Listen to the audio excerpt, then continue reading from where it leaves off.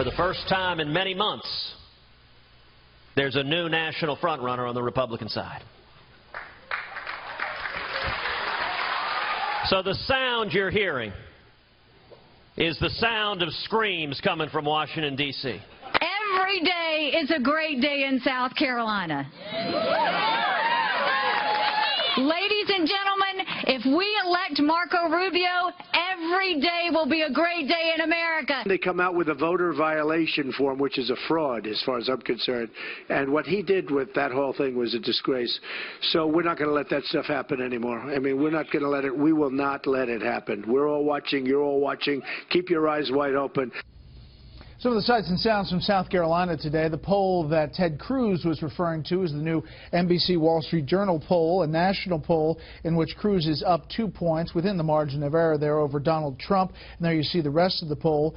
Again, it is one poll, but here's the head-to-head matchup. Donald Trump versus Ted Cruz, head-to-head. If they were just going at it, one against the other, Ted Cruz with a 16-point lead, and against Marco Rubio, it is also a 16-point lead for Marco Rubio. Again, one poll. Take a look at the national poll out of Quinnipiac today, and that has Donald Trump at 39%, Marco Rubio in second.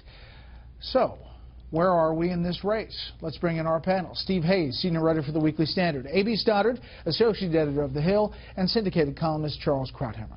Steve, it's important to point out that this is one poll. We don't know whether this is a trend until we see more numbers. Right.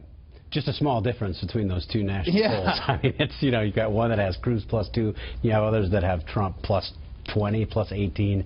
I think you identified the key question. Is the new NBC Wall Street Journal poll an outlier, or is it the beginning of a trend? And I don't think we have enough data to know. We'll certainly have a better idea when we see what happens in South Carolina on Saturday. We'll see what happens in Nevada on Tuesday. By the way, we have new numbers, Fox News numbers out of South Carolina tomorrow morning, 10 a.m. on FNC. Right. I mean, the national polls, I still believe the national polls tell us something. They tell us the direction that things are trending. For a long time, Donald Trump has had a commanding lead in national polls. It has been steadily shrinking, and if Ted Cruz has overtaken him, that tells us that there are developments in the race that we ought to be attuned to. The more important polls, of course, are the state-by-state polls, particularly the polls in the upcoming states, South Carolina, Nevada, and then the March 1st states.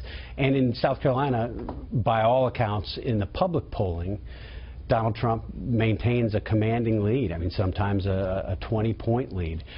If you talk to people who have been doing private polling, both associated with campaigns and with some of the super PACs, the belief is that Trump's lead is not quite as commanding as the public polls suggest, that Ted Cruz is closer to Donald Trump than the public polling suggests, and that Marco Rubio has momentum. In a way, the polling in South Carolina feels a bit like the polling in Iowa, going into Iowa. We should point out we'll have our own national poll tomorrow night at 6, South Carolina in the morning. A.B., the battle between Donald Trump and Ted Cruz is pretty intense in South Carolina. Today, Cruz gathered the media, defended an ad they have against Trump, played some of the ad, and then went over a lawsuit that's been threatened against Ted Cruz. Take a listen. Life, marriage, religious liberty, the Second Amendment. We're just one Supreme Court justice away from losing them all.